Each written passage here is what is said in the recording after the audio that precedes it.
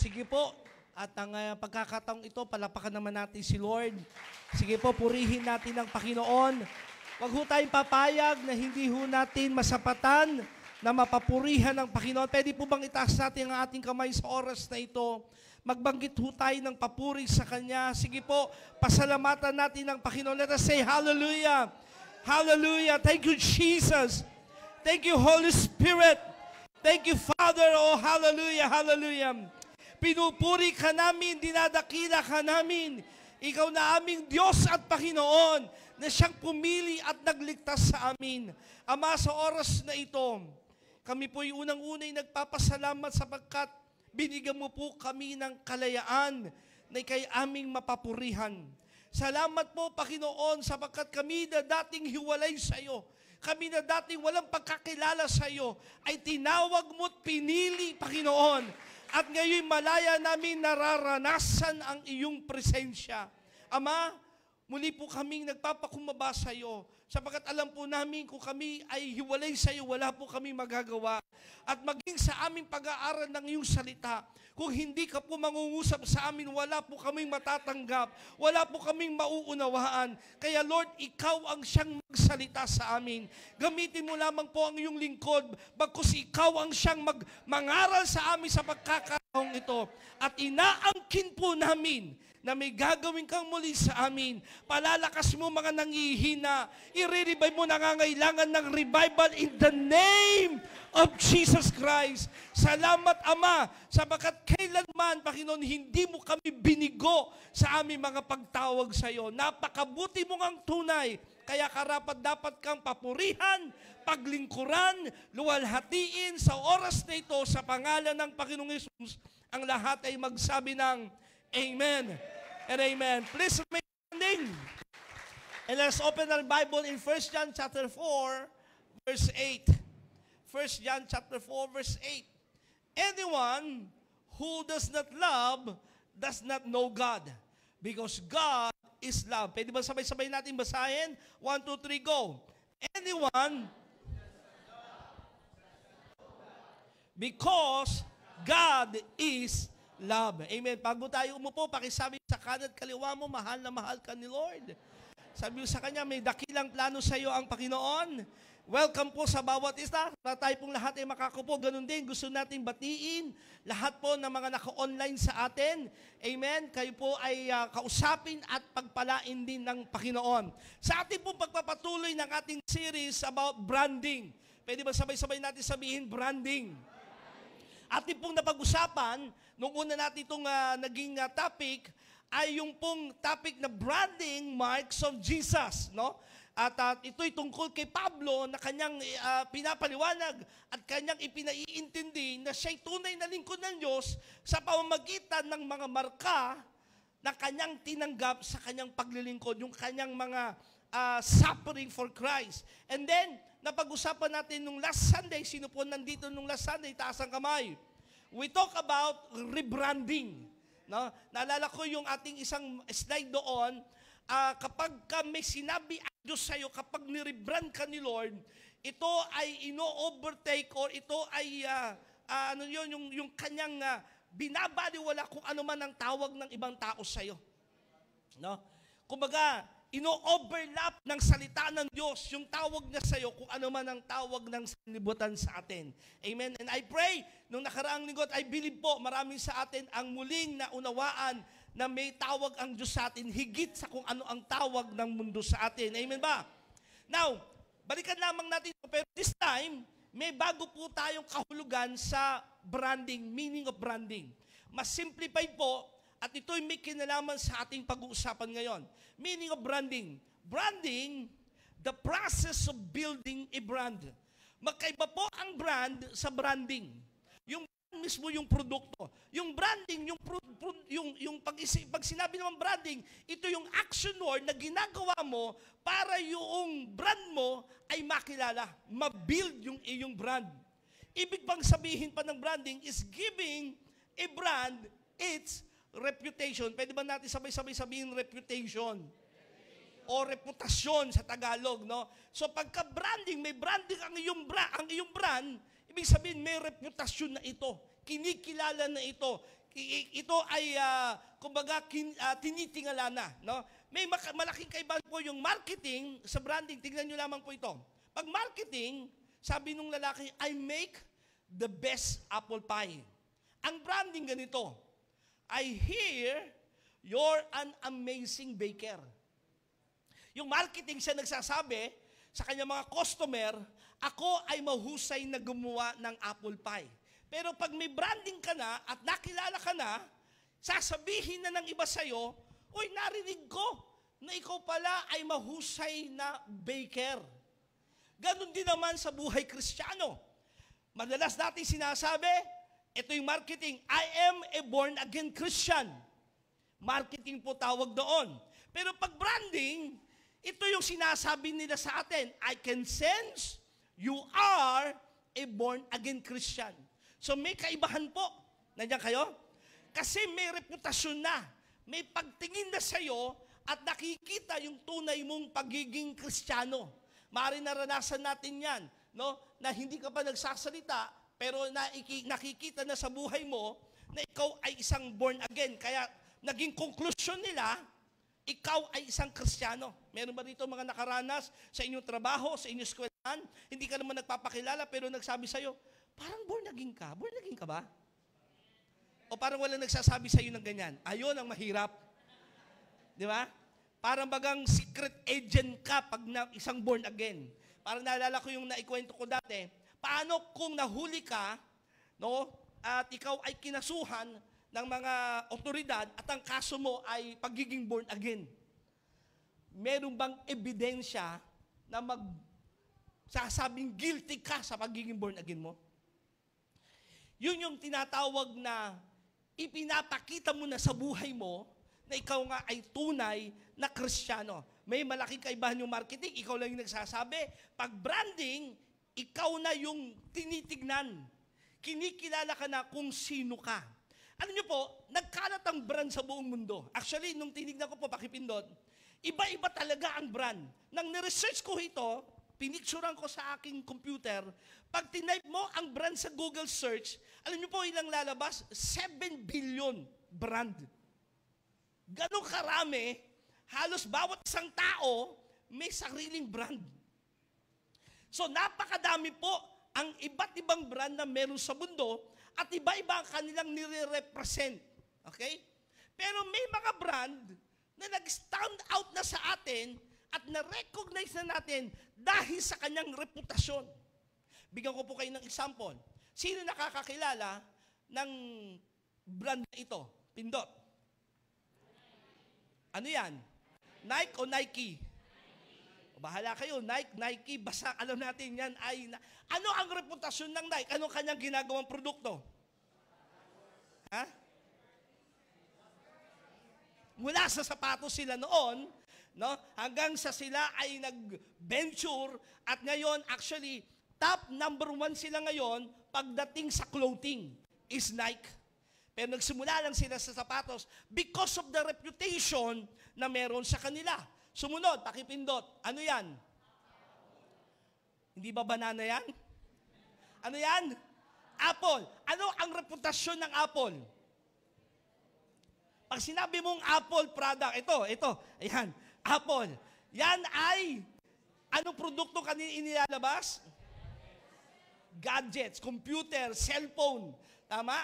At kapag naglabas sila, may idea at may reputasyon ang marami, mamahalin yan. No? Kami mga Apple user, actually dati ako ay, Android user ako or Windows user ako sa mahabang panahon. Hanggang ako ay na-born again, nung nasa Amerika ako, ginamit yung aking bayaw at sabi niya sa akin, Kuya Blen, huwag ka nang mag-Windows o huwag ka nang gumamit ng Android. Mag-change ka na ngayon. At totoo pala, kapag ikaw ay, when you go to Apple or Mac, you will never go back. Sabi nung gano'n, may kasabihang gano'n. Kasi may reputasyon sila na kapag may Apple ang gamit mo, medyo mamahalin. At actually, is, friendly user. No? Madaling gamitin. Sumunod, ito. Sino nakakaalam yan? Ha? Mga Olympics ba yan? Yan ay OD. Pag sinabi namang OD, anong reputasyon nito? Kotse. At hindi lang basta kotse. Tama? Ito ay luxurious na sasakyan. Hindi mo pwede ikumpara dyan ang Nissan, ang Toyota, kasi hindi siya magka-level ng brand. May reputasyon ang mga ganitong klaseng sasakyan na tinatawag na luxury car. Okay? Sumunod, ito, sinakakalam niyan? Ha? Lito Villar. Ano yan? Louis Vuitton. Ito naman ay may reputasyon na mamahaling bag. Okay? Kasi maraming mga pag-report din sa kanila, yung bag ho nila ay handmade. Hindi ho ito ginawa ng machine, kundi gawa mismo ng mga kamay at talagang dumaan sa masusi na pag-aaral kung paano nila ginagawa yung disenyo ng bawat bag na kanilang inilalabas. Sino rito ang may Louis Vuitton na original, ha? Bibihira yata yung may ganyan, no? So may ganyang reputasyon sila. So itong mga pinakita, ilan lamang po ito, kilala natin sila, alam natin ang kanilang reputasyon, at alam natin kung anong produkto ang kanilang dinadala. Now, ang ating pag-uusapan ngayon sa ating 3 linggo ng branding, we're going to talk about God's brand. Sabay-sabay sabihin, God's brand.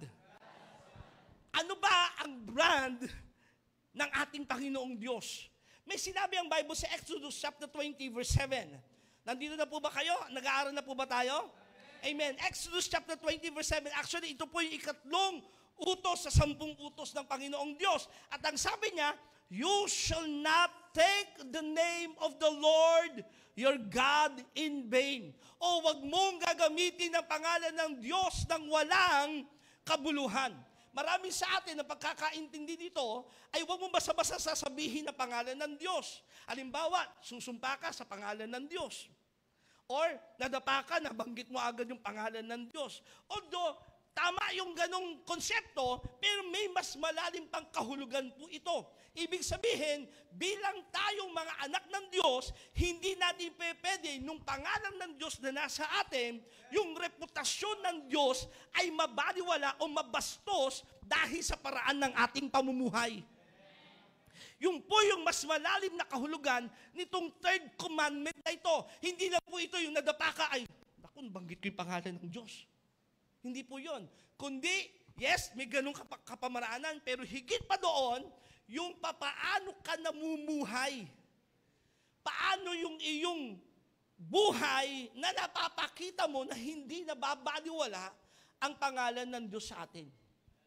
May 10 libro na nilabas ni Robel na kung saan naging bestseller po ang librong ito at ang title ng book is What We Talk About When We Talk About God. Ano ang ating pinag-uusapan kapag pinag-uusapan natin ang tungkol sa Diyos? Kasi totoo lang, nagkalat ang iba't ibang relihiyon, iba't ibang paniniwala tungkol sa Diyos. And because, listen to me church, tingin kayo lahat sa akin, dahil iba-iba ang paniniwala, iba-iba ang kultura, iba-iba ang pamumuhay ng iba't ibang nagsasabing makadiyos, nagkaroon tuloy ng maling konsepto ang marami patungkol sa Diyos. Nawala yung totoong brand kung sino ba dapat o paano ba dapat tinitignan ang Diyos. Pag tayo po'y nag-uusap, sabi diyan, pag pinag-uusapan natin ng Diyos, anong lumalabas sa ating bibig? For any organization, listen to this, meron pong isang quotation patungkol sa branding na sabi niya ganito, for any organization, its reputation is communicated by its employees. The customers perceive the brand of the company by its employees. Ang namang organisasyon, ang reputasyon nito ay naipapakilala, naisasabi, naipapahayag sa pamamagitan ng mga nagtatrabaho dito. Kaya kapag yung mga trabahador nyo sa inyong kumpanya ay masungit, laging galit, parang ang dating ng inyong product ay panggalit na tao. Naranasan nyo ba minsan na pumunta kayo sa isang restaurant na hindi na kayo kumain dahil hindi maganda ang naging trato sa inyo, at mula noon, naging tatakdan ninyo doon sa restaurant na yan, hindi na tayo babalik kasi masusungit ang mga nagsiserve dyan. Naging ganun na yung brand. Bagamat hindi naman ganun dapat yung gustong ipakilala nung restaurant na yun, kaya lang dahil sa mga nagtatrabaho.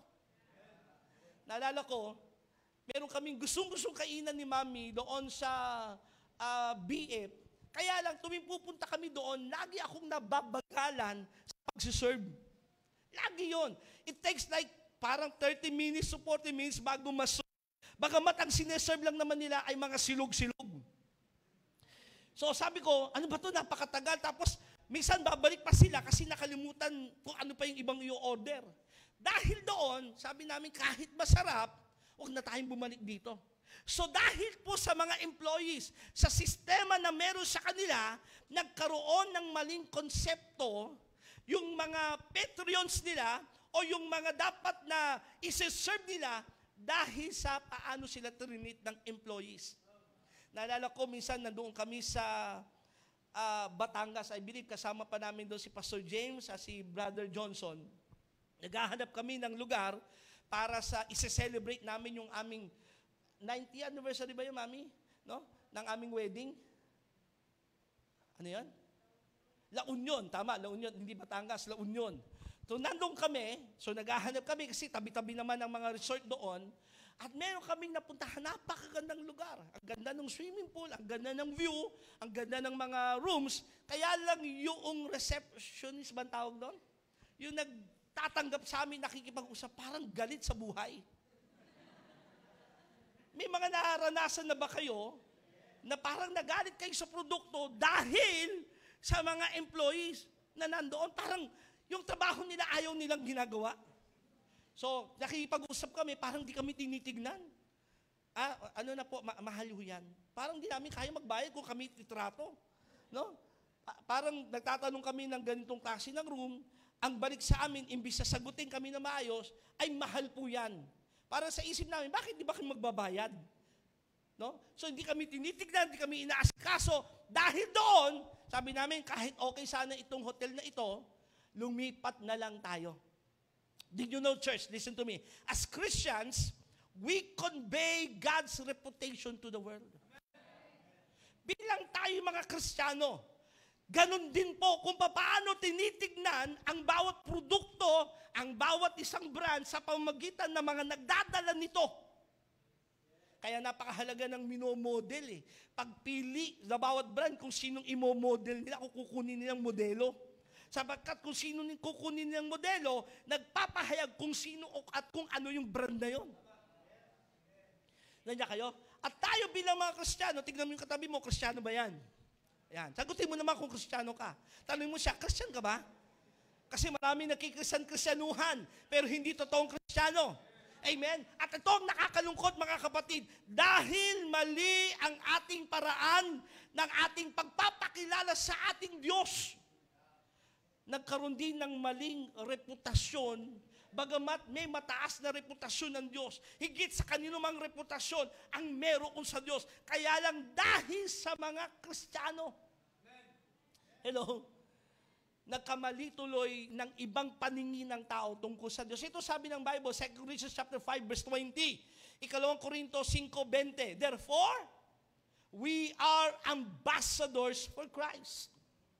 As though God were making His appeal through us. Napakalinaw po rito. Kayo ay mga ambasador ni Kristo. Na para bagang kung kayo ay nandyan, parang nandyan na rin ang Diyos. Yung appeal before God. Pag nandyan kayo, all as though God were making appeal. His appeal through us. We implore you in behalf of Christ, be reconciled to God. So napakahalaga natin yung ating paraan ng buhay na ipinapakita sapagkat tayo ay ambassador. Ang tawag po sa mga modelo ng bawat brand ay tinatawag din pong ambassador. Nandiyan kayo? Tayo din po, sabi sa katabi mo, you are an ambassador. Wow. May kilala po ako eh. Kung kumilos siya, magsalita, dahil tinanggap na niya talagang siya ay ambassador, Kahit pagkausap mo yun, pagka tinawagan ko yun, ang unang sasabihin sa akin, hello, this is Ambassador. Minsan nagugulat yung mga nakakarinig, nakausap ko, Ambassador, can I talk to you? Gusto niya, English pa kami mag-usap. So ibang nakikinig, may kausap na Ambassador to Pero hindi nila alam, Kristiyano yon na tinitignan talaga niya kanyang sarili bilang Ambassador. No? Pero katotohanan, tingin kayo lahat sa akin. Sabi ng Bible, kayo'y mga ambassador ni Kristo. Na ang inyong pagiging ambassador as though, sabi ng Bible, God were making His appeal through us. Sa pamamagitan natin, na ipapakilala natin kung sino at kung ano ang ating Diyos. When others sees us, itong tanong, are we upholding God's brand or are we damaging the purity or integrity of His brand? Pag nakikita po tayo, tinitignan tayo ng ating mga kaibigan, tinitignan ka ng iyong mga kaklasmate, kapamilya, ina-uphold po ba natin yung brand ng Diyos or nadadamage yung purity and integrity ng Diyos dahil sa atin? Narinig niyo may mga salitang, di ba born again yan? Di ba Kristiyano yan? Bakit? Yun ang nakakalungkot. Tama? Di ba manggagawa pa nga yan doon sa church, sa pastor dyan sa Maylope, yung poging pastor? Bakit ganun yan? So nasisira yung purity and integrity ng Diyos natin. So pag tinitignan po tayo, paraan ng ating pamumuhay, pagsasalita, pang-araw-araw, napapakilala ba natin ang brand ng Diyos? So what is the brand of God? Balikan natin 1 John chapter 4 verse 8. At dito po tayo sentro. 1 John 4:8. Anyone who does not love does not know God. Ang sino mang hindi umiibig ay hindi nakakakilala sa Diyos. Because God is love. Sabi-sabi nga natin sabihin, God is love. Ang Diyos ay hindi lang basta umiibig. Hello, church. Ang Diyos ay hindi lang basta nagmamahal, kundi siya mismo ang pag-ibig. Siya mismo ang pagmamahal. Kaya ang sino mang hindi nagmamahal, anyone who does not love, kaya pag hindi ka nagmamahal, hudas ka daw Kasi pag binasa mo ng mabilis, anyone who does ang di marunong magmahal, does not know God. Hindi mo nakikilala ang Diyos. So God's brand is, therefore, is love.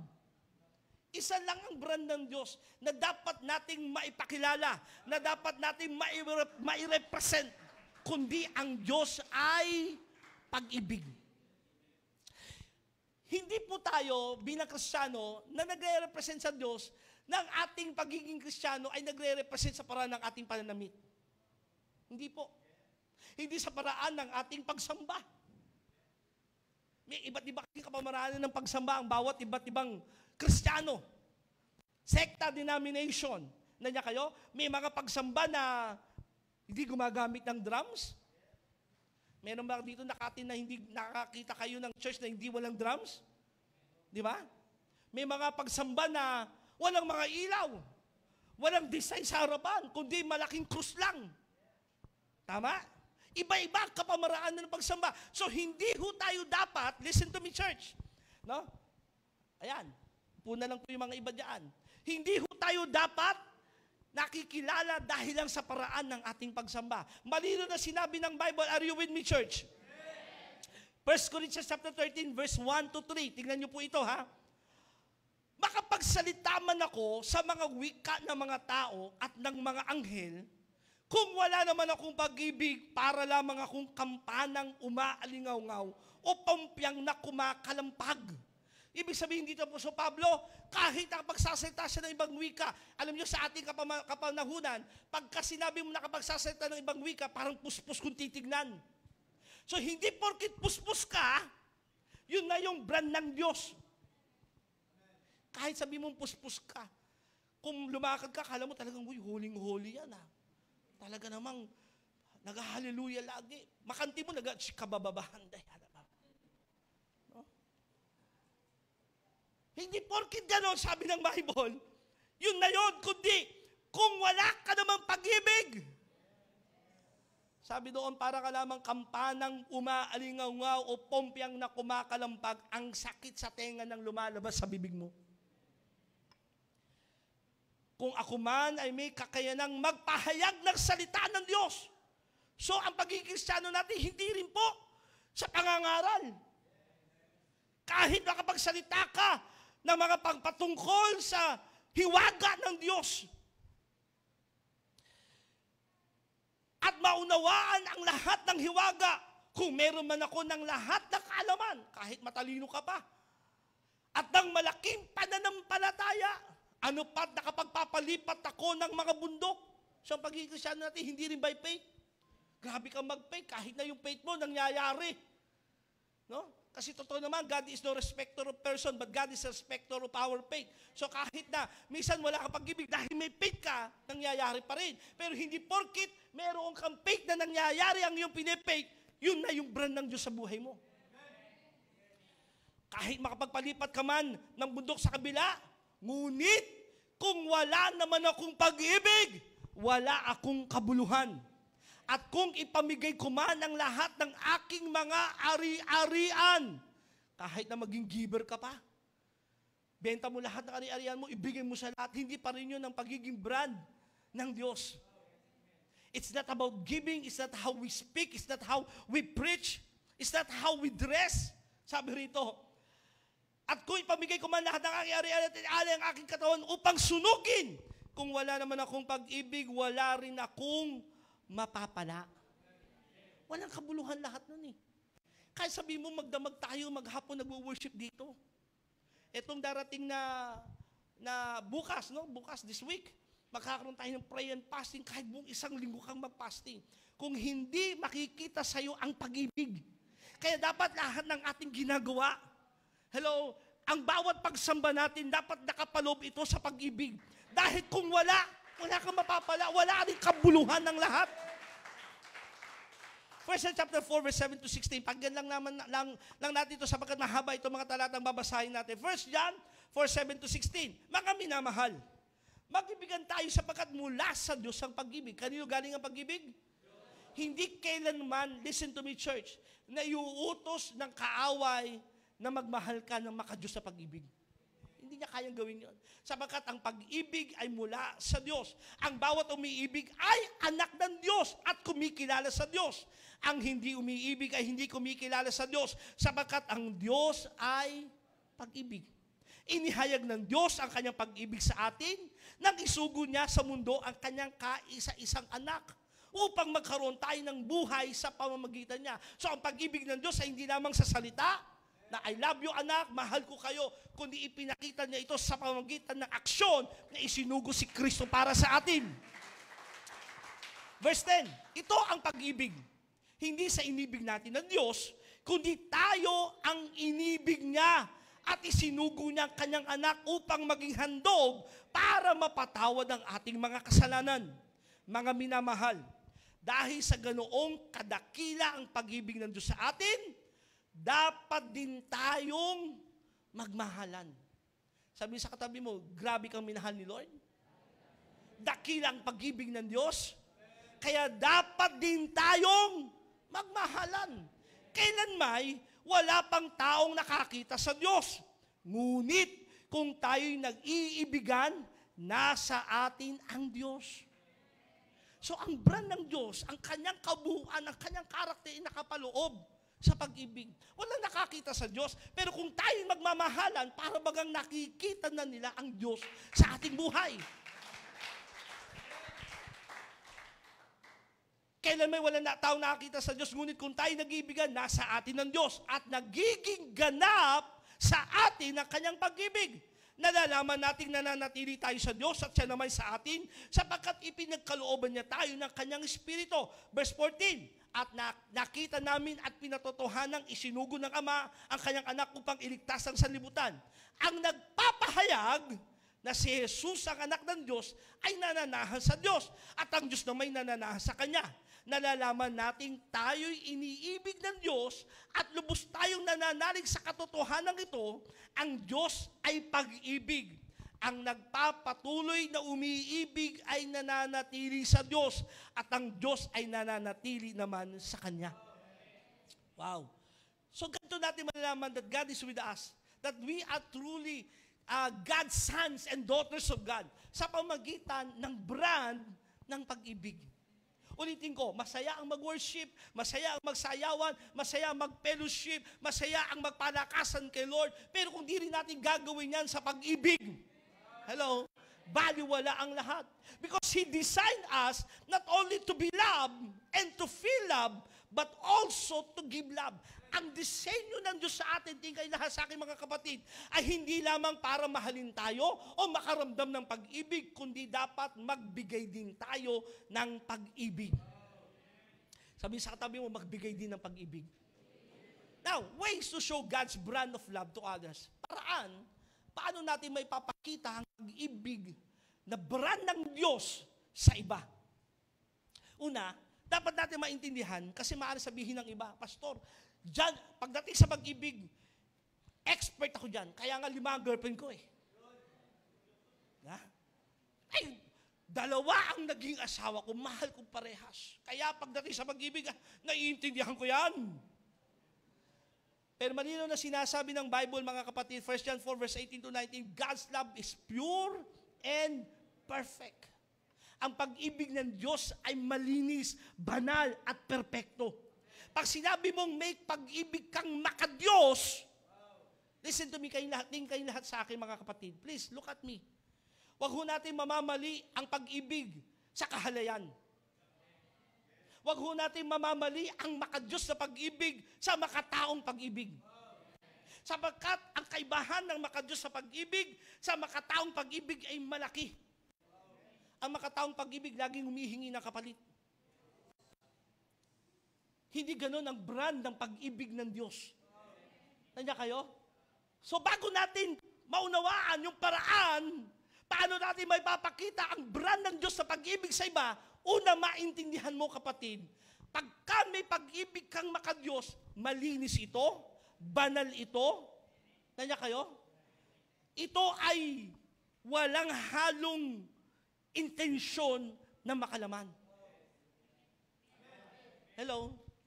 Kasi, iba, sabi, mahal ko nga yan, mga tao yan, mahal. Kasi bakit? May nakukuha ka eh. Mahal na mahal mo yung kapatid mo kasi bawat uutang ka sa kanya, napapautang ka. Kaya naman ba dumarating, "Uy, I love you, sister. Pwede mo pautang uli."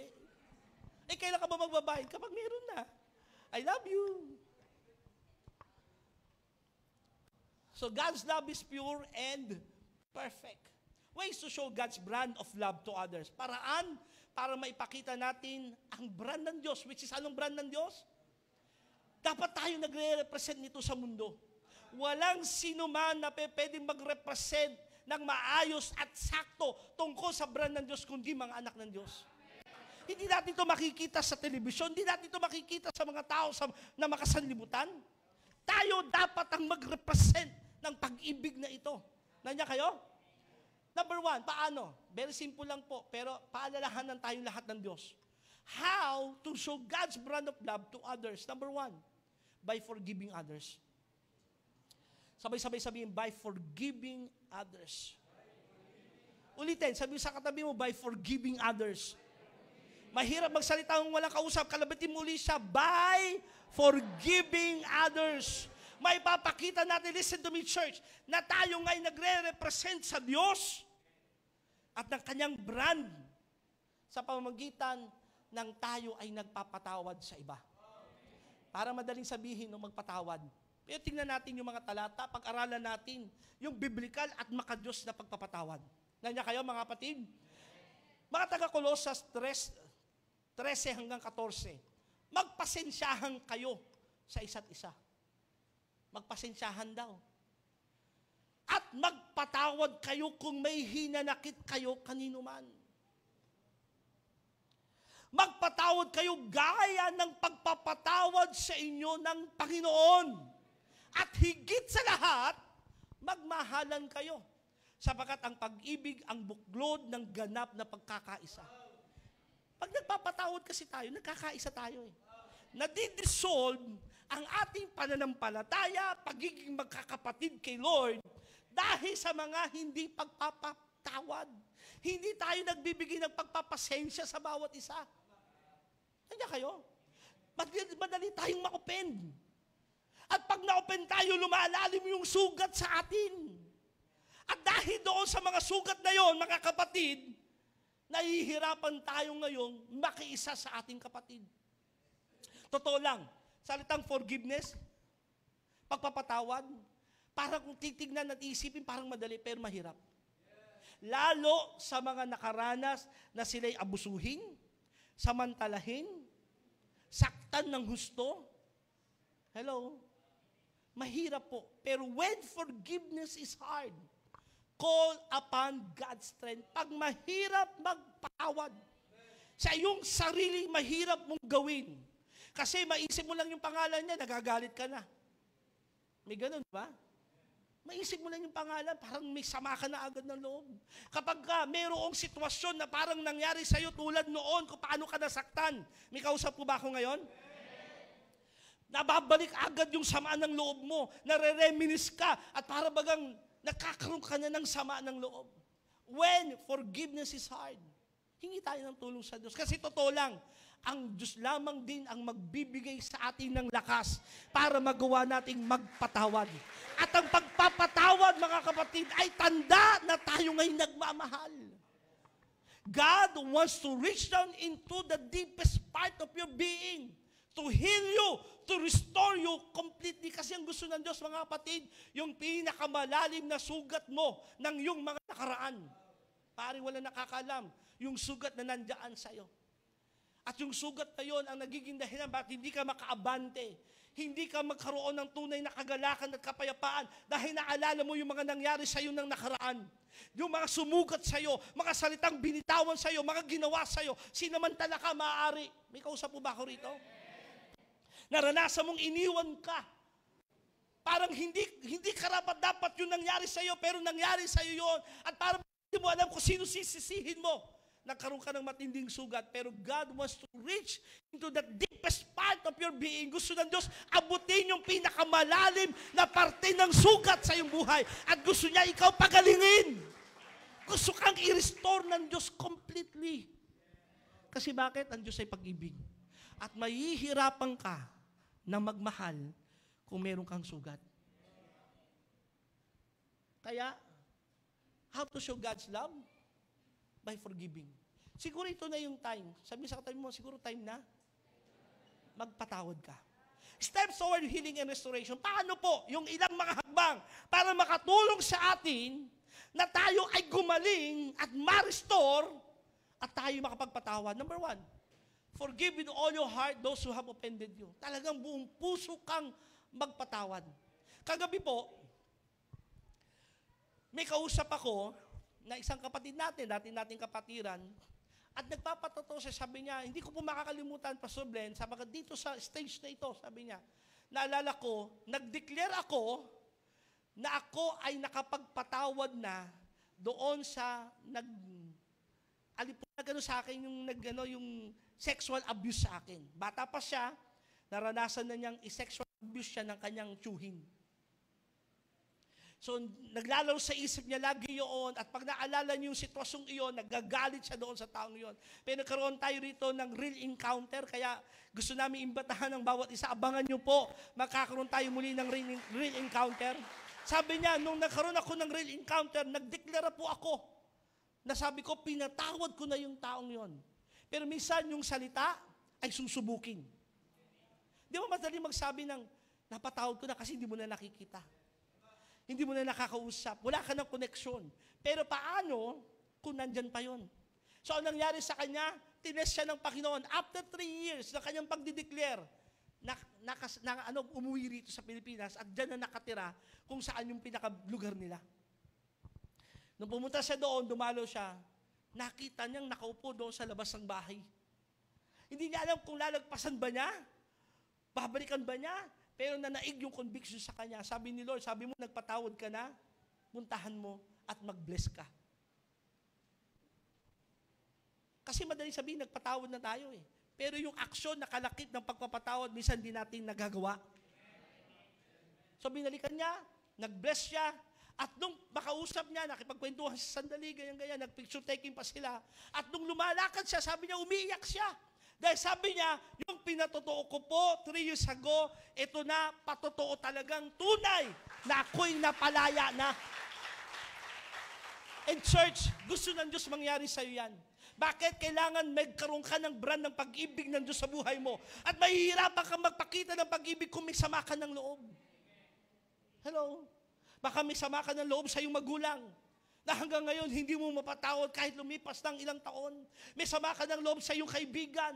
May sama ka ng loob kanino man. Forgive with all your heart those who have offended you. Pangalawa, do not hold on to anything in your heart that causes bitterness, resentment, o sama ng loob, hatred, or rebellion. Huwag mong i-baby yun. Kasi mahirap po talagang makapag-release ng pagpapatawad din kayo lahat sa akin mga kapatid kung patuloy mong inaalala yung nangyari. Do not hold to anything. Huwag mong i-hold yung bagay na yon. Mag-release ka ng pagpapatawad sa pamamagitan ng kapangyarihan ng Santong Espiritu. Hello, huwag ka mag-hold ng bitterness, samaan ng loob. Huwag mong bebihin yan. Forgive also yourself. Patawarin mo rin ang iyong sarili. Kasi yung iba, bakit ba nangyari ito? Siguro kung hindi ko ginawa ito, kung hindi ko pinuntahan yun, pati sarili mo nasisisi mo. Ang sabi ng Romans chapter 8 verse 1, there is now, therefore, no condemnation for those who are in Christ Jesus. Huwag mong i-condemn ang sarili mo sapagkat ang sino man na kay Kristo wala na sa ilalim ng condemnation. And surrender yourself completely to Jesus. Talagang ibigay mo sarili mo. Ulit ko, mahirap magpatawad, totoo lang. Madaling sabihin magpatawad, pero yung aksyon at yung patotoo ng magpatawad ay mahirap. Nandiyan kayo? Kasi naaisip natin, malalim pa yung sugat, nandiyan pa yung sugat. Pero katotohanan, listen to me, kayo lahat sa akin. Ang pagpapatawad ay hindi para sa taong nagkasala sa'yo. Kundi ang pagpapatawad ay para sa'yo na ikaw ay tumanggap ng total healing. Pag nagpatawad ka, hindi lang para doon sa tao na pinatawad mo Na parang siya lang ang magbebenepisyo. Hindi. Ikaw mismo ang tatanggap ng benepisyong ito. May isang kwento na naantig po yung puso ko. Sige, palapakan natin si Lord. True to life story itong kwentong ito. Actually, isa po siyang artista. 2014, maaari narinig niyo yung kanyang patotoo, minurder ng kanyang nanay, si Cherry Pie Picache. No? Kung saan, tama ba ako, Cherry Pie Picache. No? Minurder sa bahay nila, matanda na yung nanay niya, may edad na, wala nang kakayanan, pero pinasok yung kanilang bahay, intensyong magnakaw. Siguro maaaring sabi ng investigasyon, pinapanood ko po, pwede nyo rin panoorin sa YouTube, yung radical love na patotoo niya, na kung saan ay maaaring nakitang gising yung matanda, pinatay. So ito yung kwento, no? Ang sama ng loob niya, doon siya pumatay sa kanyang nanay. Mahal na mahal niya kanyang nanay. Bawat mga award na tinatanggap niya, lagi niya dinededicate sa kanyang nanay. Inspirasyon niya sa pagtatagumpay niya ay ang kanyang nanay. Pero noong 2014, pinatay, minurder ang kanyang nanay. Pangalan ng murderer ay si, babanggitin ko pa ba? Michael Flores, kasi isang patotoo na rin naman ito Pero sabi niya sa interview, lagi akong humihingi ng tawad sa Ama. Sa Diyos, sabi niya. Pero lagi akong kinukonvict ng Panginoon. Sino nakapanood nito? Lagi akong kinukonvict ni Lord na sabi, gusto mong patawarin kita, pero hindi mo naman magawang magpatawad. Kasi lagi nasa isip niya, yung nangyari sa kanyang nanay. At nahuli naman na yung pumatay, nakabilanggo na. Pero ang conviction sa kanya ay magpatawad. Alam niyo yung ginawa niya? Sumunod siya sa Diyos, sa tulong na rin ng mga taong nasa paligid niya, mga mentors niya, pastor na tumulong sa kanya. Alam niyo yung ginawa niya? Pinunta niya mismo sa bilangguan yung tatay, yung lalaking pumatay sa kanyang nanay. Nakaharap niya. Ang hirap nito Yung makaharap mo mismo yung yung pumatay sa mahal mo sa buhay. So, siyempre, hindi niya mapigilan na kanya sarili, umiyak siya, no? Pero isa lang ang sinabi niya. Sabi niya, pinapatawad na kita sa iyong ginawa. Niyakap niya ng gusto, no? Pakipindot, nag-iyakan silang parehas. At ang sabi nga niya sa isang interview niya, sabi niya, hindi ko akalain na magagawa ko pa na bigyan ng tinapay yung taong pumatay sa mama ko. Buong buo, buong puso ko siyang pinatawad. Hindi madali. Yung pumatay sa mahal mo. Ilagay mo man ang iyong sarili, pinatay yung anak mo, makakaharap mo para yakapin at bigyan pa ng pagkain. Ang hirap nun.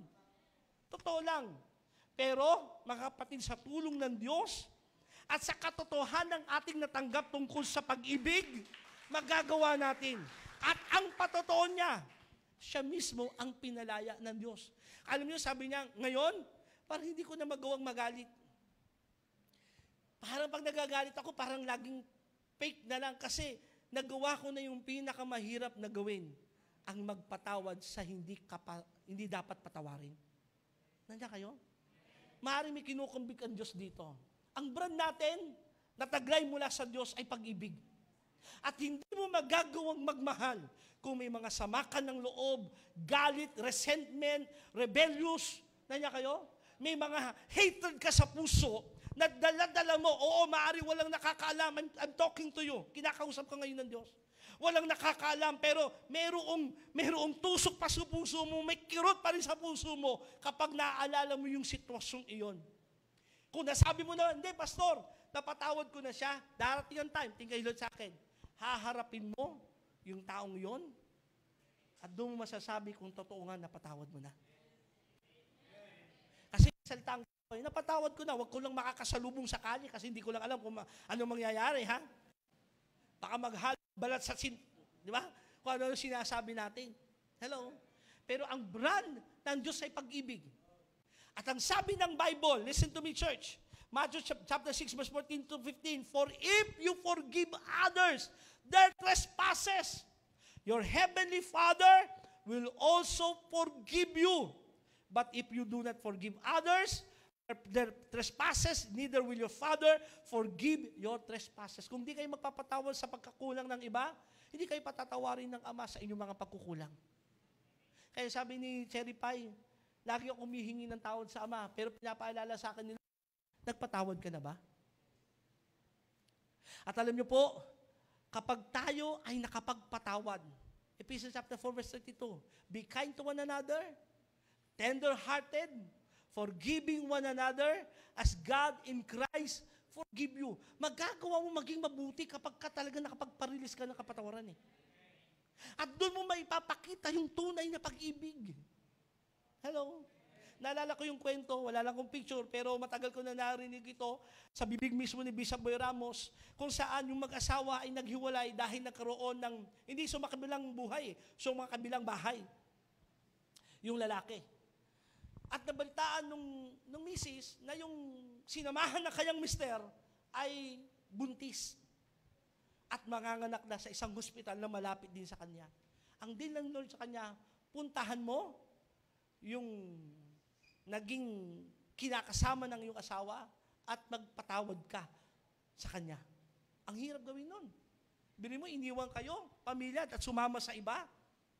Alam niyo ang ginawa niya? Sumunod siya sa Diyos, nagdala pa siya ng prutas, no? Doon sa ospital, pinuntahan niya yung babaeng kapapanganak lamang. Nagulat yung babae. Bakit nandoon yung asawa ng kanyang kinakasama? At ang sabi, nandito ako sapagkat sumunod ako sa Diyos. May dala ako sa iyo. Walang lason yan, ha? Kasi minsan, pwede tayong magdala ng pero may lason pala, no? Kundi gusto kong sumunod sa Diyos. Alam niyo, iyak ng iyak yung kinikwento ni Bishop Ramos, iyak ng iyak yung babae, at ang sabi niya, parang hirap kong paniwalaan itong nangyayari ngayon, at napatunayan kong totoo ka palang Kristiyano. Sabi niya, gagawin ko ang lahat para maibalik ang relasyon yung mag-asawa. Ang hirap gawin talaga, totoo lang. Ang magpatawad, doon siya nagkamali sa atin. Nandiyan kayo? Pero kung magagawa natin ito, sabi ng Bible, kung paano kayo pinatawad ng Diyos, magpatawad din naman kayo. Church, may pinapaalala sa iyo si Lord na dapat mo nang patawarin. Ang brand natin ay pag-ibig at maipapakita natin ang pag-ibig natin sa tao kapag tayo'y nagpatawad. At yung pagpapatawad, wag lang sa salita, kundi lagyan mo ng aksyon. Kung nandyan lang din na malapit, kapatid, puntahan mo. Maaaring bukas, this week. Dala mo siya ng pagkain. Bigyan mo ng cake. Walang bomba sa loob, ha? Halikan mo siya. Hindi halik Judas. Mag-release ka ng pagpapatawad. Naalala ko nung isang araw, actually, kagabi lang din po. Nag-pray kami nung mga bisita ko. Pagtapos namin mag-pray, pinaalala sa akin ni Lord, na mag-release ka ng pagpapatawad sa kanila. At humingi ka ng sorry sa kanila. So, gilat ko ng mata, sabi ko, gusto ko po humingi sa inyo ng sorry. Sabi niya, hindi, wala po. Hindi. Baka di nyo alam, may nasabi ako, mayroon akong naisip sa inyo, humingi rin ako ng tawad sa inyo. Umiyak sila, humingi rin sila ng tawad, nagyakapan, yung pangyayari ng nakaraan ay natapos na. Alam nyo, masaya yung puso ko. Kasi yung gabing iyon, alam kong may tinuldukan ang Diyos sa aming buhay na maaaring maging hadlang ng aming paglilingkod. Hello?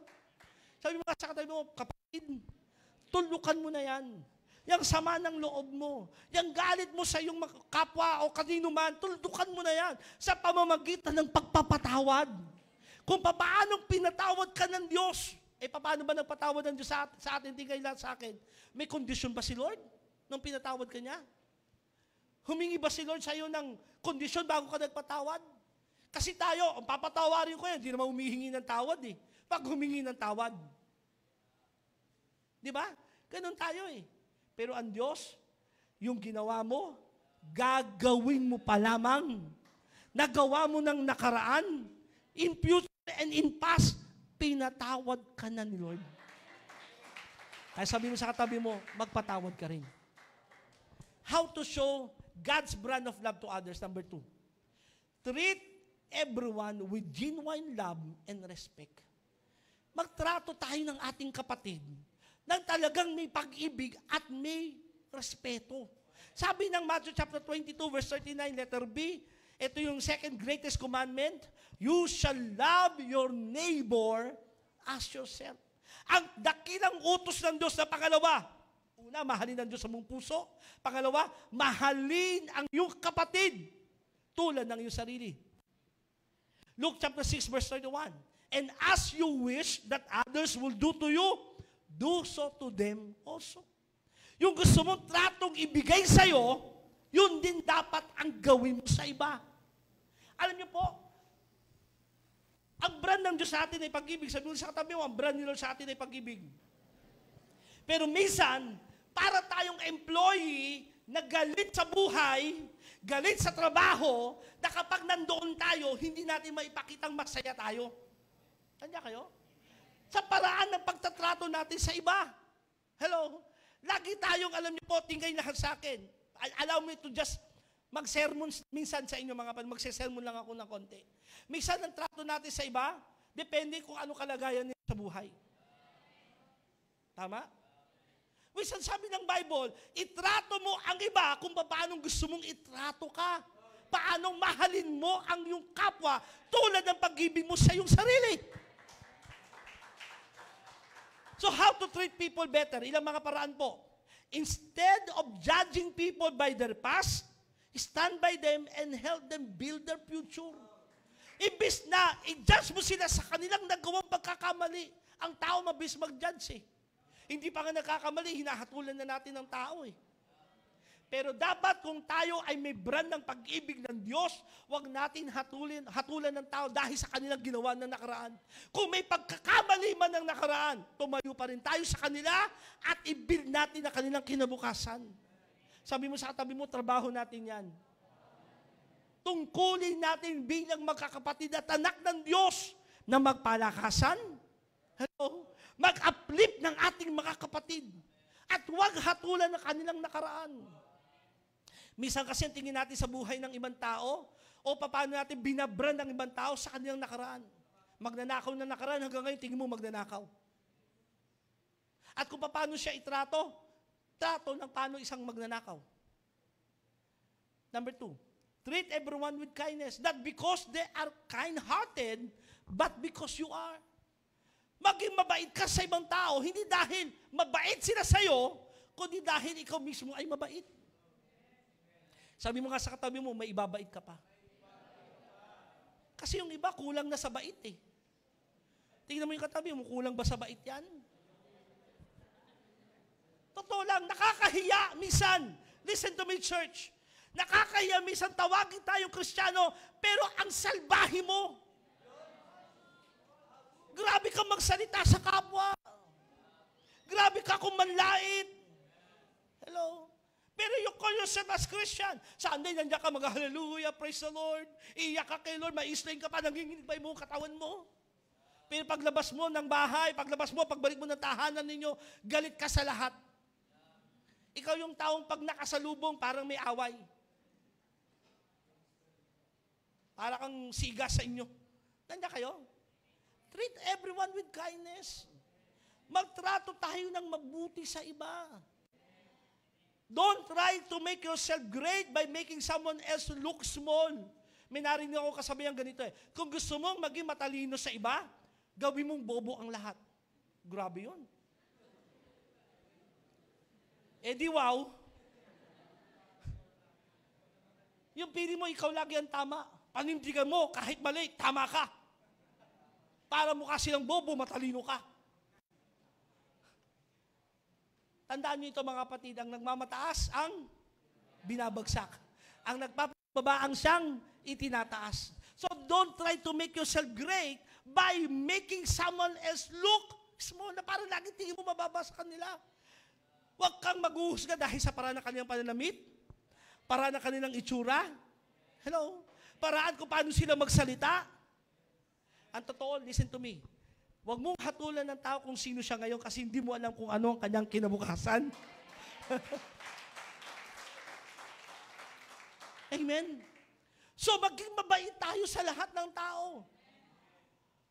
Never look down on someone else unless you are helping them. Huwag kang titingin ng pababa. Kung hindi lamang, excuse, kung iaakit mo siya, iaangat mo siya, doon lang yung pagkakataong tumingin ka sa kanya pababa.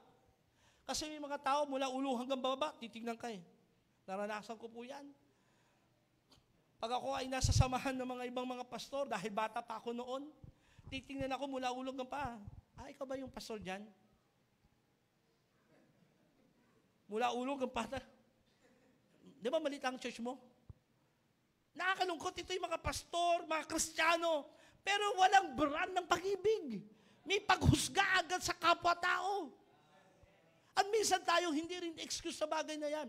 Nagkukulang tayo, aminin natin.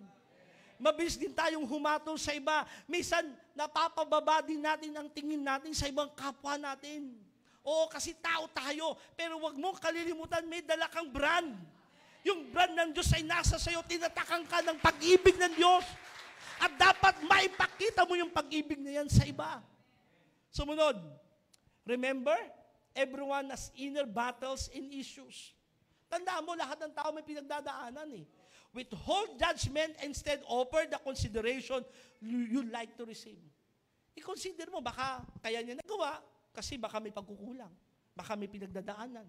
Baka meron siyang kailangan sa buhay. So, lagi kang considerate sa lahat ng bagay. Pag ganon, kapatid, sabihin ko sa'yo, tingin lahat sa akin. Una, magiging masayahin kang tao. Pangalawa, madali kang makatulog. Sumunod, ang daming benepisyo eh. No? May kapayapaan ka sa isipan mo. Pagka yung taong hindi considerate, yung taong hindi man lang nagbibigay ng pagkakataon sa iba na parang tingin niya siya lang ang laging tama, ito yung mga taong maraming galit sa kanya.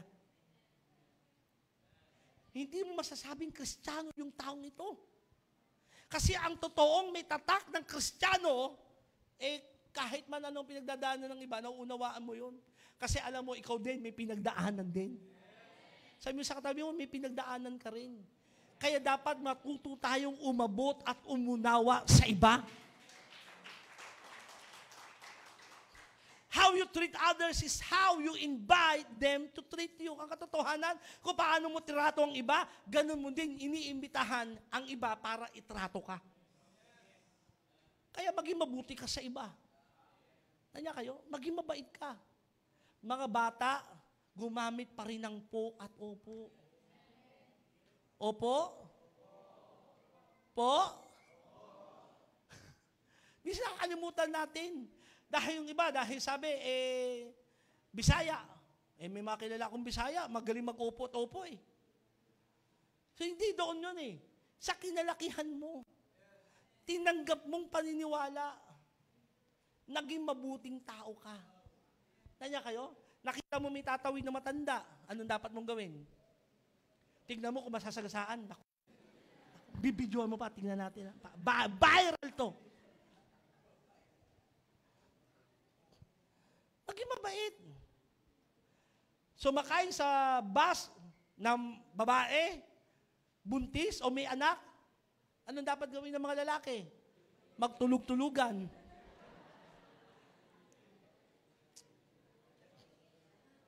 Maging mabait ka. Kanya kayo? Mga lalaki, may papasok na babae sa pintuan, sikuhin mo. Pauna ako sa'yo Ladies first. Maging gentleman ka, mga lalaki. Bisa nakakalimutan natin ito Totoo lang, mga basic na maging mabuting tao. Hello? Maraming kapamaraanan. Araw-araw humaharap tayo sa hamon ng pagiging isang mabuting tao na may tatak ng pagiging makadiyos. Totoo yun. Hello? Maging mabait ka sa inyong trabaho. Halimbawa, ito, isang bagay na magiging mabait kayo sa inyong trabaho. Sa oras ng trabaho, magtrabaho ka, huwag ka mag-Facebook. Pagiging mabuting empleyado yon. Wala naman po nakakakita Pag nandiyan ang boss ko o yung aking, tawag doon, manager or supervisor, talagang sipag ko, pastor. Pero pag wala, no? Naglalaro ka ng kung ano-ano. Hello? Maging mabuti kang empleyado, maging mabuti kang tao na naipapakita mong tunay kang anak ng Diyos. Hindi pa alas 5, alas 4, huwag kayong parang alas 5 na.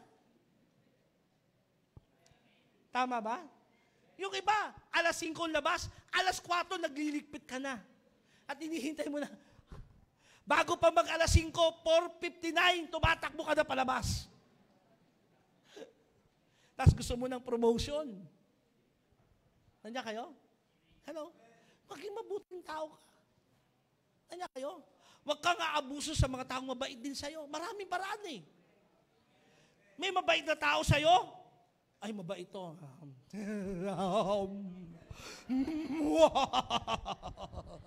Meron ka ba dyan? Pautang naman. Babayaran kita. Pinautang ka, mabait Anong dapat mong gawin? Sorry pwede bang pautang uli? Huwag mo kapatuhin yung taong mabait. Kasi bakit? Mabait ka rin. Hello? Tandaan nyo ito, kung anong itinanim mo, aanihin mo. Hello? Hindi man sa ganong kapamaraanan na iyong ginawa, pero may balik lagi sa iyo yan. Kaya sabi mo sa katabi mo, maging mabait ka. Kasi sa iyong pagiging mabait, nakikita yung tatak ng pag-ibig ng Diyos sa buhay mo. Mga simpleng bagay pa, idadagdag ko lang, naalala ko lang ito Sa mukha mo nakikita agad yung mabait Ngumiti ka lagi. Hindi para laging, para ka nakakain ng hilaw. Ngumiti kasi may katabi mo kung marunong bang ngumiti. Ngiti lagi. Alam niyo, pag ngiti, nakakatulong yan para gumaang ang pakiramdam mo. Ang daming benepisyo niyan. Pati masi sa mukha mo, imbis na ma-stroke ka, maiiwasan mo maging ma-stroke kung lagi kang masaya. Yung ngingiti ka, yung pagbaso mo, nakangiti ka, malaking bagay na yun, nagpapakitang mabait ka Hindi parang pagpapasok ka, kailangan may into na kala mo ikaw si Robin Padilla na. Sabi sa katabi mo, Kristiyano ka, hindi ka artista. Hindi mo dapat i-portray yung isang bagay na hindi makadiyos. Do not portray something that is not godly. Hello?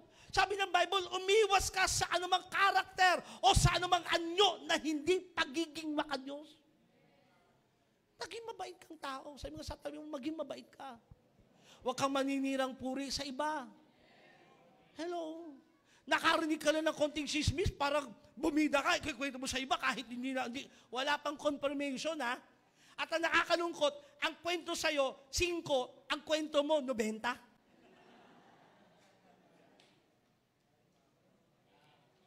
Sabi mo sa katabi mo, maging mabait ka. Kasi babalik sa'yo yan eh. Nakarinig ka lang ng 5, ha? Sa kwento, 5 lang narinig mo. Ang kwento mo, may katapusan na. Nagkasakit yung kwento mo, nililibing na.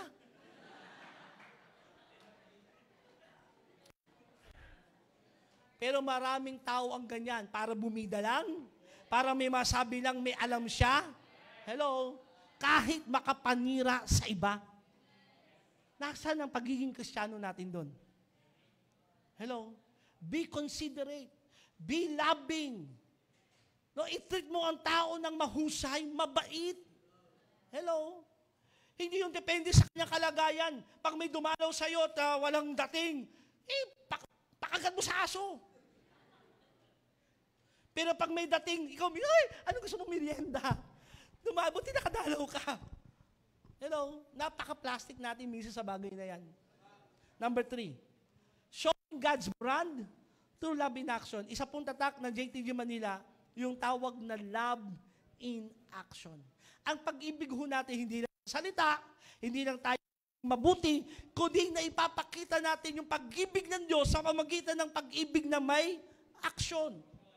1 John 3:17-18, but if anyone has the world's goods and sees his brother in need, yet closes his heart against him, how does God's love abide in him? Paano masasabi na nasa yung pag-ibig ng Diyos kung lahat naman ng bagay na meron ka, nasa sayo, pero sarado naman ang mata mo sa nangangailangan? Verse 18, little children, kinakausap tayo ng Diyos, let us not love in word or talk, but in deed and in truth. Huwag tayo magmahal sa salita lang, kundi may pakita natin ang ating pag-ibig sa magitan ng gawa. Hello? Madali kasi magsabi, I love you. Di ba kinakanta nga natin, I love you with the love of the Lord. Beso dito, beso doon. Pag nakikita kayo, ay, sasaya-saya nyo, magpapapicture pa kayong gagana lang kayo. Pero sa mga talikuran, ako, mga bruhay ang mga yan. Di ba? Magpakita natin ang pag-ibig sa magitan ng aksyon. Maraming aksyon na pwede natin magawa na nagpapakita ng pag-ibig. Ang mga nangangailangan ng pagkain, bigyan mo ng pagkain kung meron ka naman. Ano? May sobra kang damit, yung mga taong walang damit, bigyan mo ng damit. Amen? Pag-gising mo ng umaga, maging assignment mo agad, sino kaya ang pwede kong mapakitaan ng kabutihan ngayong araw na ito? Para mag-reflect si Kristo sa buhay ko. Imbes na isang kape lang ititimpla mo, dalawahin mo yung kapeng itinitimpla mo. At maghanap ka ng pwede mo mabigyan. Simpleng bagay. Hello? Mamamalengke ka, may kakayanan ka, bumili ka ng 1 kilong tilapia, gawin mong 2. Tapos maghanap ka ng bahay na nangangailangan ng pagkain nila nung araw na yon. Magkano ba 1 kilong tilapia ngayon? 100? 120? Yung 120, may natulungan ka na. Kasi ang konsepto natin hindi napapalitan eh. Ako nangangailangan, ako dapat ang bigyan, ako dapat ang tulungan. No. May brand ka ni Kristo sa buhay mo. Ang pag-ibig sa iyo ng Diyos ay dapat umaapaw. Lagi kang naghahanap ng pagkakataon na matulungan. Nandiyan kayo? Ito nakaraan lamang, ang dami natin mga pastor na balitaang namatay. Kwento ko ito sa inyo, hindi para pagmalaki. Marami tayong mga pastor na balitaan sa Maynila na namatay. Ang ginawa ho natin, Yung pamilya nila, may pinuntahan, mayroong binigyan. Pinapunta rito, tinulungan natin sila. No? Encouragement, unang-una, pinalakas natin yung pamilya sa encouragement kasi yung mga anak matayan, sila siyempre ang susunod. So sabi ko, kaya nyo yan, in-encourage natin sila. At sabi ng Bible, ano magagawa ng salita mo kung wala ka naman maitutulong din?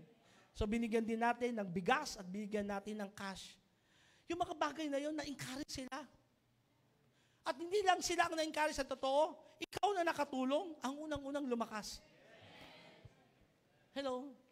Talungin mo katabi mo, kailan ka huling nakatulong sa iba?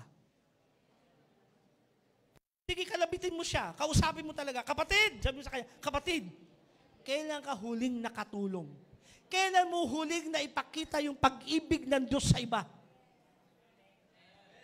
Hello? Madali kasi sabihin, born again tayo, nandito tayo sa church na ito, ang saya-saya natin, nagpe-praise and worship tayo, talaga naman, nagsasayawan tayo, hallelujah! Ang ganda-ganda ng pakiramdam.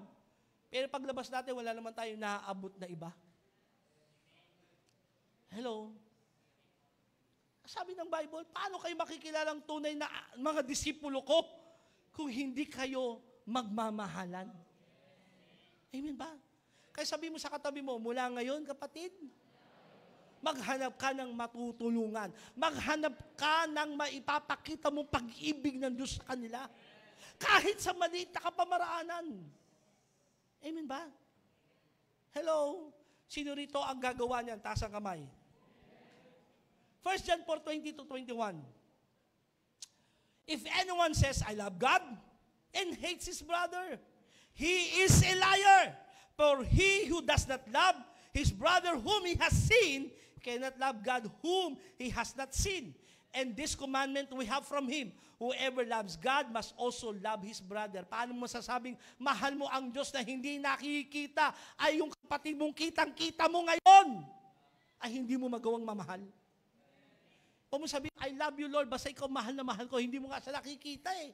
Pero yung kapatid mo nakikita mong may pangangailangan, hindi mo man lang matulungan.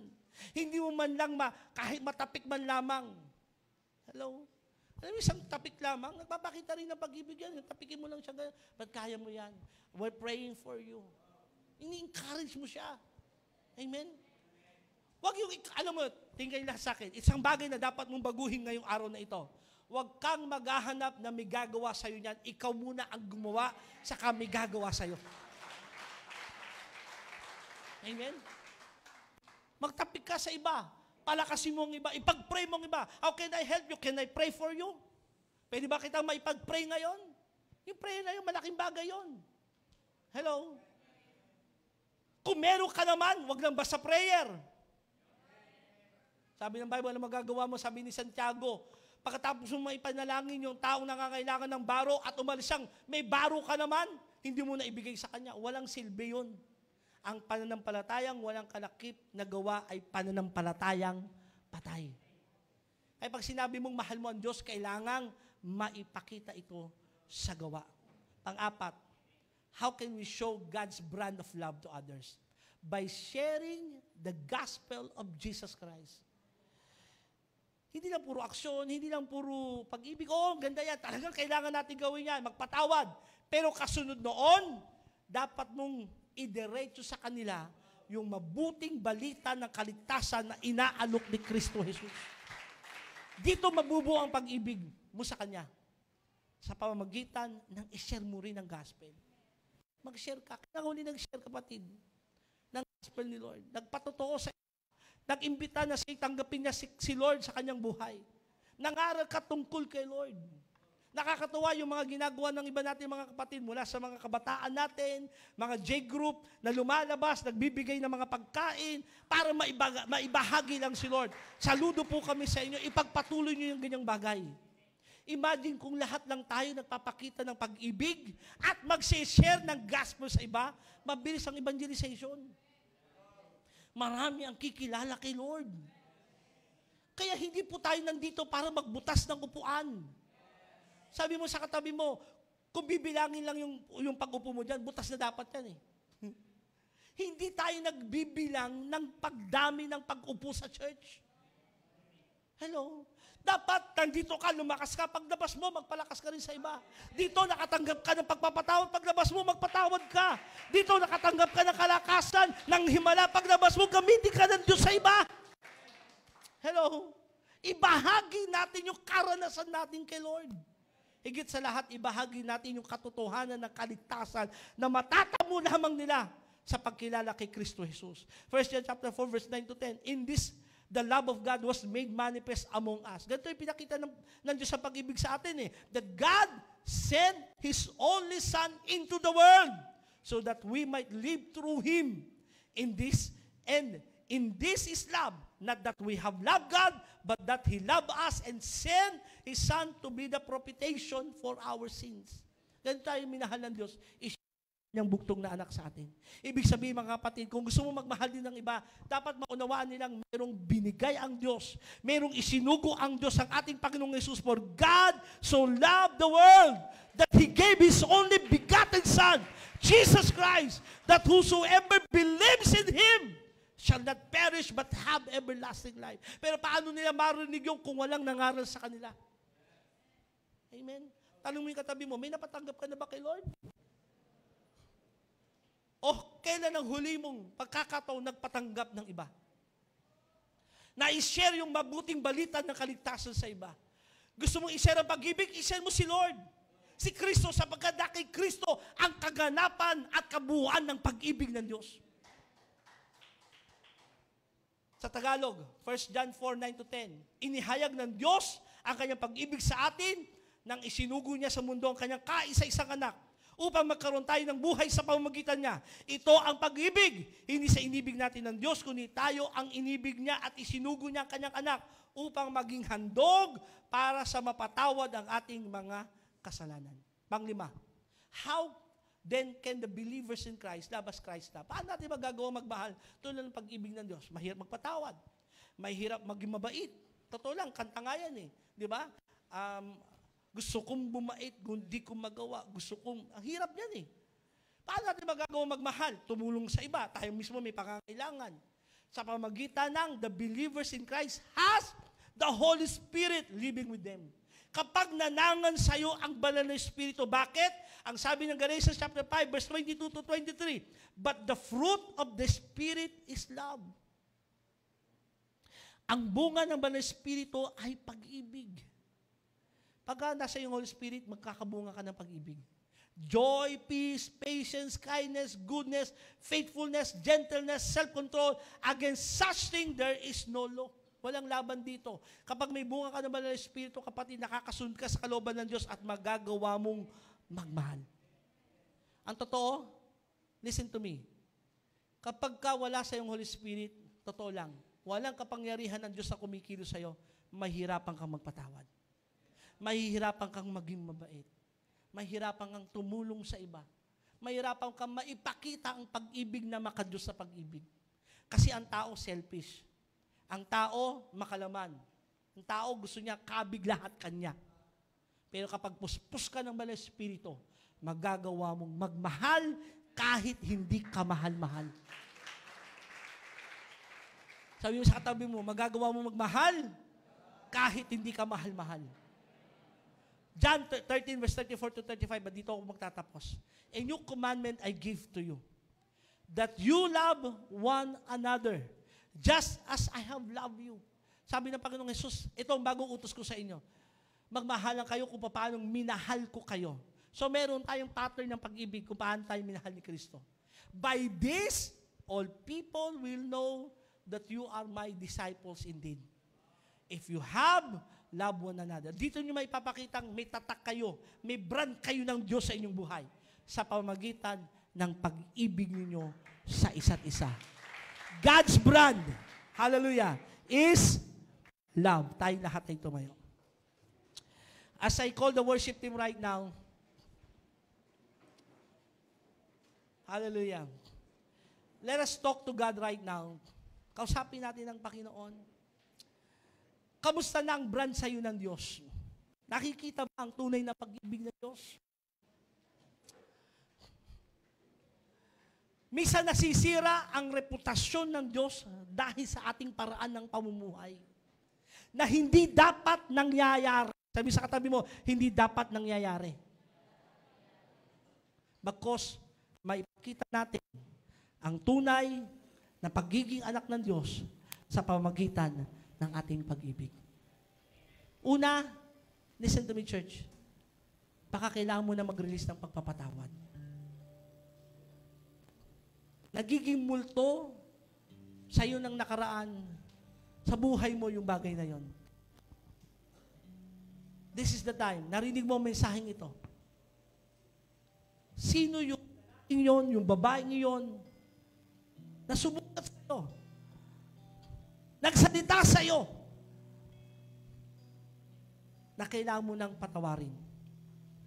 Hindi lamang sa salita, kundi gagawan mo ng aksyon. Ask God right now. If you can, if it's hard to forgive, hingi tayo ng lakas sa Diyos.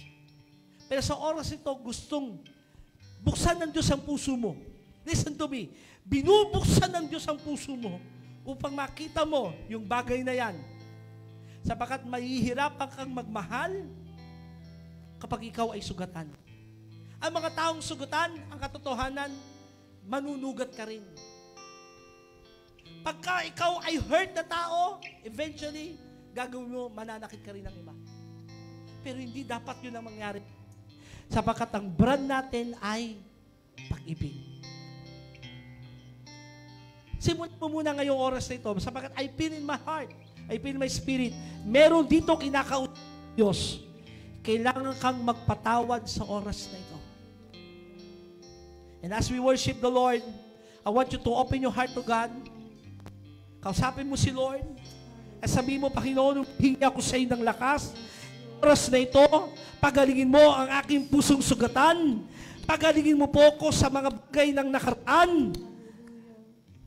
At magawa ko pong magpatawad.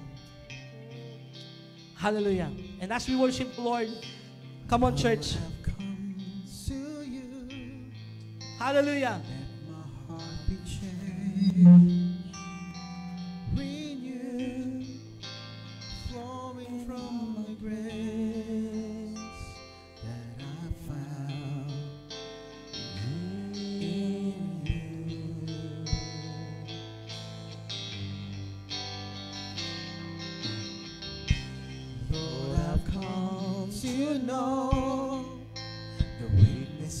I see in me will be stripped away by the power of the Lord.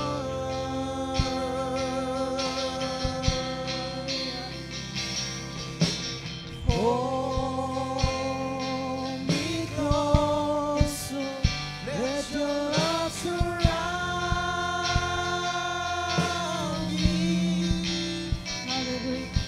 Awitin natin lahat ito. Draw me to your side,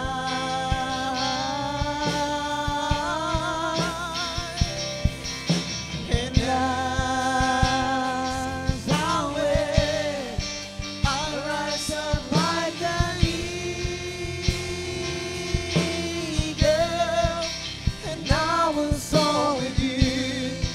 Your spirit leads me on by the power of your love. Sa oras pong ito, kung alam mo sa sarili mo na meron kang kailangang patawarin, mag-release ng kapatawaran, this is the best time na tayo pong lahat ay unang-unang humingi ng tawad sa Diyos, humingi ng lakas sa Diyos para tayo makapag-release ng pagpapatawad sa iba. Wala pong ibang nakakakilala sa atin, kundi ang Diyos. Alam mo sa sarili mo, kung meron kang daladalang bigatin, kung meron kang taong matagal nang nasugatan ka, pero hinayaan mo lang at sinabi mong, okay lang yan, soon mapapatawad ko din siya. Yung soon na yon, ngayon po yun. Ngayon natin gawin. Apply kaagad natin yung ating narinig. Paano mo magagawa yan, kapatid? Uulitin ko, sinabi ng ating Pastor Glenn. sinabi ng Diyos, through God's strength, you can forgive others. Hindi sa lakas mo, kapatid. Hindi sa tapang ng loob mo, kapatid. Kundi dahil sa lakas ng Diyos, kaya mo mabibigay ang pagpapatawad sa tao. Ngayong gabi ito, wag po natin sayangin ang Word of God. As we worship the Lord again, bagitin niyo po, no? You can just simply whisper to the Lord. Ito yung kanyang pangalan. Muli ngayong araw na to, oras na to, ibigay mo yung nararapat na pagpapatawad sa tao. Para sa iyo yan, kapatid. Hindi para sa iba yan. Kundi para sa iyo yan. This time is your freedom time. Hallelujah. Sige po, kausapin natin ang Panginoon. Thank you, Lord. Tulungan mo kami, Panginoon. Lord, give us strength to forgive. Give us the heart to forgive, Lord. Hallelujah. The knowledge of your love as you live. Amen, amen. Sige po, naririnig tayo ng Panginoon. Thank you, Lord. Thank you, Lord. Kapatid, mahirap. Pero ulitin ko, dahil sa Panginoon, magiging madali magpatawad. Salamat po, Ama. Lord, naririnig po kami lahat. Tulungan mo kami. By the power of your Salamat po. Hallelujah. Hallelujah. Hallelujah. Hallelujah. Yes, yes, Lord. Let your Yes, love Lord. Turuan mo kami magmahal. Turuan mo kaming umibig sa kapwa. Turuan mo kaming umabot. Turuan mo kaming tumulong, Panginoon. Hallelujah. Hallelujah.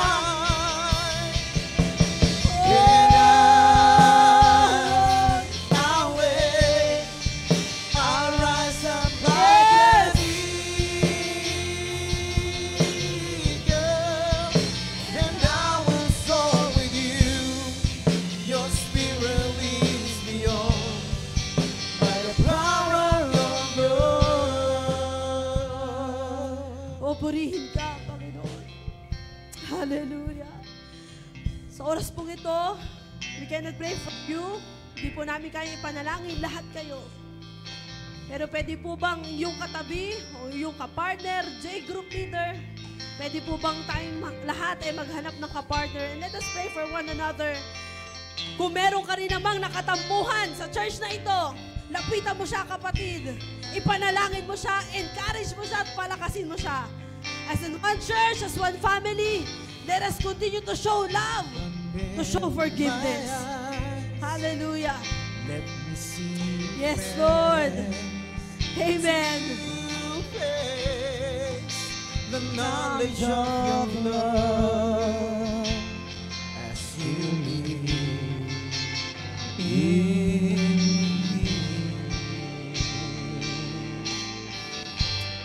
Hallelujah. Amen, amen. Huwag ka na magsayang ng oras, kapatid. Huwag ka magsayang ng pagkakataon. Come on, release forgiveness. Hallelujah. And living every day by the power of God. Hallelujah. Hold me close, let your love surround me. Bring me near, draw me to your side.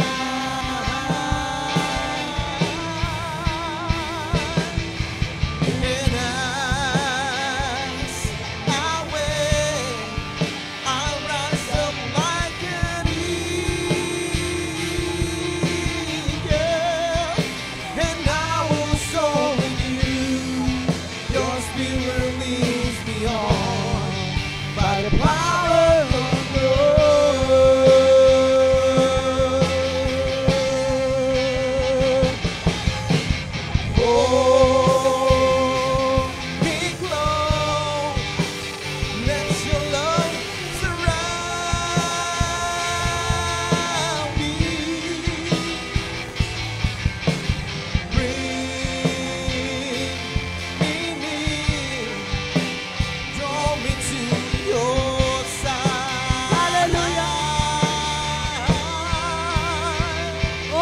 purihin ka, Panginoon.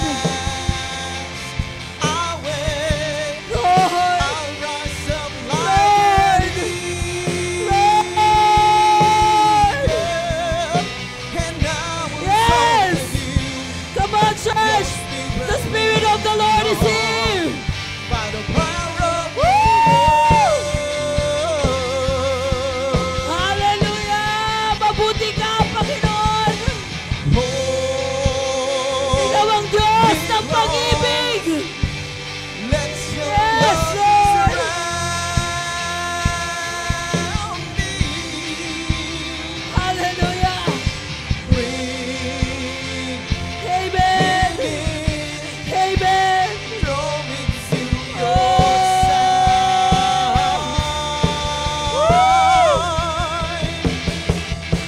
And I'll wait. I'll rise up like an eagle, and I will soar with you. Your spirit leads me on by the power of your love. Hallelujah! Salamat po, Panginoon. Napakagandang paalala sa amin. Muli, ginising mo ang mga sugatan naming puso. Muli, Panginoon, pinagaling mo ang mga sugatan naming puso. Sa oras na to, dalangin ko po bilang isang pamilya at isang iglesia. Turuan mo kami laging umabot. Turuan mo kami ng totoong pag-ibig, Panginoon. Na hindi lamang kami makikilalang mga Kristiyano, mga mananampalataya, kundi, Panginoon, nakikita sa buhay namin na totoo kami nagmamahal. Amang Diyos, tulungan mo kami lagi sapagkat hindi namin kakayanin ang sarili naming lakas. Ang magpatawad, mahirap para sa amin. Pero Lord, Amang Diyos, ang Diyos na aming lakas, alam namin sasamahan mo kami lagi. Tutulungan mo kami lagi. Gagabayan mo kami lagi. Maraming salamat po, Amang Diyos. Ngayong oras na to, alam ko at nakita ko, Panginoon, na mga sugatang puso ay iyong pinagaling. Ang mga marriages, ang mga relationships, Panginoon, na gusto, Panginoon, wasakin ang kaaway. Lord, ikaw ang nagpagaling. Maraming salamat po, Panginoon, sa pagkilos mo ngayong oras na to. Salamat, Panginoon, na muli, Panginoon, naalala namin, kami ay totoong magmahal sa aming kapwa, kung paano mo kami minahal, Ama. Maraming salamat po ngayong oras na to, Lord. Patuloy niyo pong pagpalain ang lahat ng dumalo, ang lahat ng inuna ka. Lord, Panginoon, turuan mo kami, basagin mo pa kami lalo, Panginoon, para sa iyong kaluwalhatian. Ang puso namin ay lalo mo pa pong ayusin. Masakit man na kami basagin, pero kung ito'y magbibigay ng kaluguran sa iyo, hayaan mo, Panginoon. Eto kami, Lord, andang magpaayos sa iyo. Salamat po sa mensahe mo sa amin ngayong oras na to. Patuloy ka naming pupurihin. Come on, church, taas natin ating mga kamay. Patuloy ka naming sasambahin. Patuloy namin ipapakita ang pag-ibig. Patuloy kami magmamahal. Patuloy namin ipaparanas sa ibang tao kung paano mo kami minahal. Salamat po. Salamat po, Ama, sa iyong lahat ng papuri, ang lahat ng pasasalamat, ang lahat ng pagsamba ay bibigay namin sa iyo, Ama. Sa pangalan ni Jesucristo, ang lahat ay magsabi ng Amen. Ang lahat ng Diyos ay ang lahat ng anak ng Diyos ay magsabi ng Amen. Amen. Ngayong oras na to show again our love. Pwede bang, lahat naman tayo nakamask, pwede bang muli tapikin natin ng, we can go around, no? Tapikin, yakapin, no? Wala naman pong masama kung tayo ay muli magyayakapan. So pwede ba ngayong oras na to, action kagad? Pwede ba nating tayong lahat ay umikot? Paramdam natin ang pag-ibig ng Panginoon. Amen. Amen. Sige po, we can go around. The protection of the Lord is with us. Amen. Ayan. Tanggapin mo ang pag-ibig ng Diyos.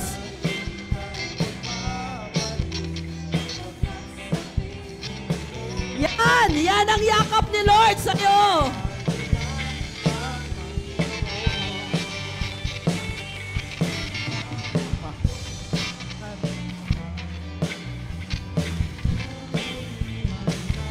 Amen! Yan ang yakap ng Panginoon sa atin. Sige po, sige po.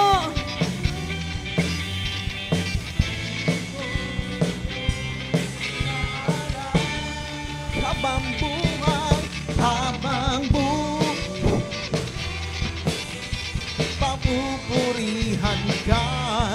Habang buhay, Hallelujah! maglilingkod sa'yo.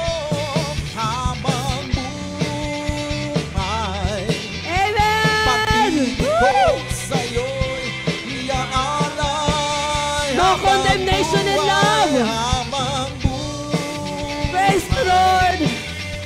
papupurihan ka. Habang buhay, maglilingkod sa'yo. Habang buhay, maglilingkod sa'yo'y iaalay. Mahal na mahal. Ayan, sige po, marami pa nagyayakapan. Yung yakap na yan, parang release na rin ang forgiveness. Mahal na mahal Praise God! kita, Panginoon. Kailan may kita ipagbabalin, pagkat sa piling mo'y langit. Mahal na mahal kita, Panginoon. Awitin naman natin this time. Bilang isang pamilya. No, maalala mo kapatid na yung katabi mo, yung kasama mo, kapamilya mo, ka-J-group mo, kakapwa mo naglilingkod sa Diyos, ay hindi yung kontrabida sa buhay mo. Kung minsan ay pinagagalitan ka niyan, sinesermong ng kanyan, kasi gusto niya mapalapit ka lalo kay Lord. Hindi ibig sabihin na pinakikilaman na niyan buhay mo, kundi dahil mahal ka lang niya sa Panginoon. Amen. We are your pastors, even your pastors, is not here to condemn you, JTG Manila Church. We are here to remind you, to teach you. Sometimes, papaluin ka namin. Pero gusto lang namin, lagi ka lang lumapit kay Lord. Gusto namin, lagi ka kasing bumalik sa Diyos. So ngayong oras na to, awitin naman natin yung mahal na mahal kita sa Panginoon. As one family. Hallelujah. Kita sa Panginoon. Amen. Mahal na mahal kita. Mahal na mahal kita sa Panginoon. Sige, pwede mo lang ituro. Kahit turo. Kailan may kita ipagbabalin, pagkat sa Diyos walang pangit. Totoo yan. Mahal na mahal kita sa Panginoon. Bisa ba natin sabihin, mahal na mahal kita sa Panginoon. Mahal na mahal kita sa Panginoon. Amen. Tayo'y iisang pamilya. Mahal na Iisang mahal iglesia. kita sa Panginoon. Yes. Kailan may kita ipagbabalin, Bakit daw? pagkat sa Diyos walang pangit. Mahal na mahal kita sa Panginoon. Mahal na mahal kita sa Panginoon. Praise the Lord. Palakpakan po natin na malakas ang Panginoon. Sige po, muli yung palakpak po na deserving sa ating Diyos. Amen. Salamat Lord sa tinuro mo sa amin ngayong araw na to. Tayo po